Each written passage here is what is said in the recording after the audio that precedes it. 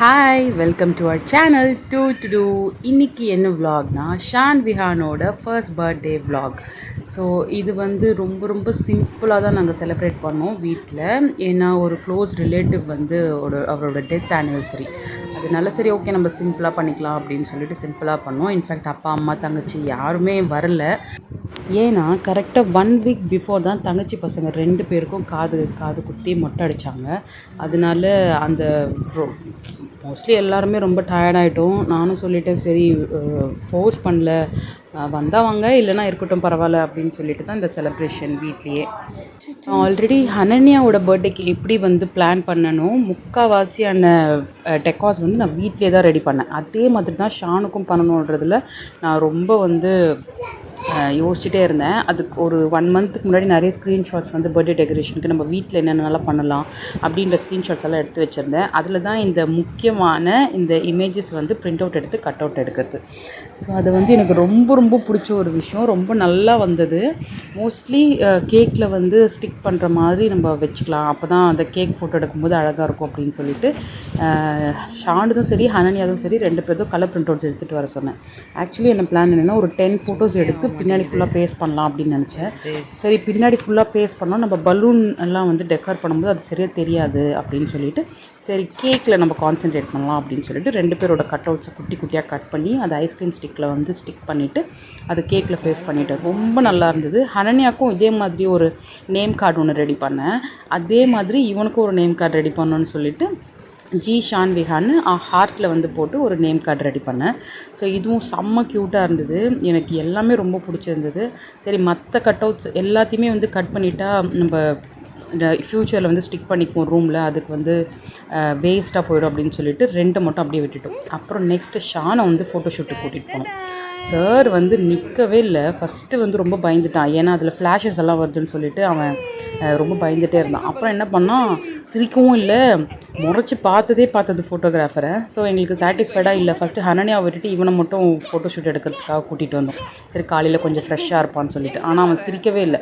நிற்க வச்சா அவன் முன்னாடி வந்தான். இத்தனைக்கும் 3 ட்ரெஸ்ஸஸ் எடுத்துகிட்டு போய் அங்கேயே நான் சேஞ்ச் பண்ணேன். ஆனாலுமே எனக்கு சாட்டிஸ்ஃபைடாக இல்லை.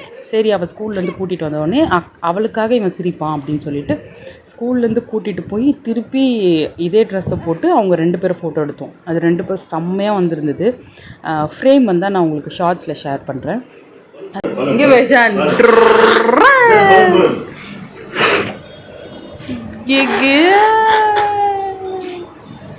ஹனன்யாக்கும் என்னோட இந்த ஒயிட் சாரீ வேஸ்ட்டாக இருந்தது. அதை வந்து பின்னாடி வந்து பேக்ரவுண்டுக்கு செட் பண்ணிவிட்டு கரெக்டாக அவன் தூங்கும் போது என்ன பண்ணேன், நான் சைலண்ட்டாக என்னென்ன பண்ண முடியுமோ அதெல்லாம் வந்து பண்ணிட்டேன். ரொம்ப சிம்பிளாக தான் பண்ணோம். பெருசாக எதுவும் வந்து பிளான் பண்ணலை. ஏன்னா அன்ஃபார்ச்சுனேட்லி எல்லா ரிலேட்டிவ்ஸ் எல்லாம் அங்கே தான் போவாங்க டெத் ஆனிவர்சரிக்கு. அதனால் வந்து நாங்கள் பெருசாக எதுவும் பிளான் பண்ணலை.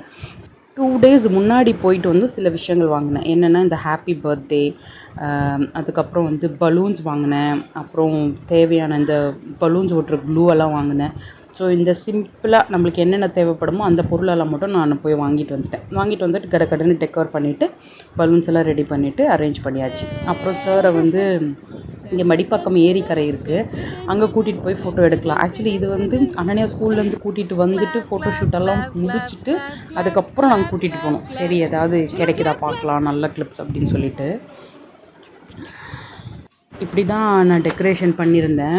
ரொம்ப சிம்பிளாக அங்கங்கே கொஞ்சம் பலூன்ஸ் வச்சு டெக்கரேட் பண்ணியிருந்தேன். அப்புறம் கட் அவுட்ஸ் எல்லாம் எடுத்து நாங்கள் ரெடி பண்ணி கேக்கில் டெக்கர் பண்ண ஸ்டார்ட் பண்ணிட்டோம்.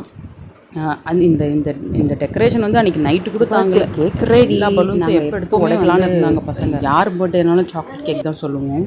நாங்கள் 3 பேருமே ரொம்ப நாங்கள் 3 பேர் இல்லை, நானும் ஹனன்யாவும் ரொம்ப சாக்லேட் பைத்தியம். அதனால் சாக்லேட் கேக்ஸ் தான் சொல்லுவோம். சரி இந்த டைம் கொஞ்சம் செல்ஃபிஷாக இல்லாமல் நம்ம பேசாமல் பட்டர்ஸ்காட்ச் அந்த மாதிரி ஏதாவது சொல்லுவோம் நிறைய. அதனால் பட்டர்ஸ்காட்ச் வந்து ஆர்டர் பண்ணியிருந்தோம். ஸோ செம்மையாக இருந்தது கேக்கு, நல்ல ஜூஸியாக பயங்கரமாக இருந்தது. கேக் வந்து கட் பண்ணலாம் அப்படின்னு ஸ்டார்ட் பண்ணதுக்கு முன்னாடி இவங்க 2 பேரும் கட் பண்ணிட்டாங்க. ஷான் வந்து தொடவே இல்லை. அவன் என்ன ஆச்சுன்னா ஃபோனில் டிவியில் வந்து நாங்கள் வந்து ஹாப்பி பர்த்டே ஷானுன்னு சொல்லிட்டு சாங் போட்டிருந்தோம். அவன் அதை பார்த்து ஷாக் ஆகி அவன் கேக்கை தொடவே இல்லை, கேக்கை சாப்பிடவும் இல்லை. அவன் அப்படியே ஒரு மாதிரி ஷாக்காக பார்த்துட்டே இருந்தோம். அதுக்கப்புறம் எல்லோரும் இல்லை என் ஃபோட்டோக்கு எதுவுமே பார்க்க மாட்டான், டிவி ஆஃப் பண்ணிடலாம் அப்படின்னு சொல்லிட்டு அதுக்கப்புறம் தான் டிவி ஆஃப் பண்ணிவிட்டு அதுக்கப்புறம் செலிப்ரேட் பண்ணுவோம்.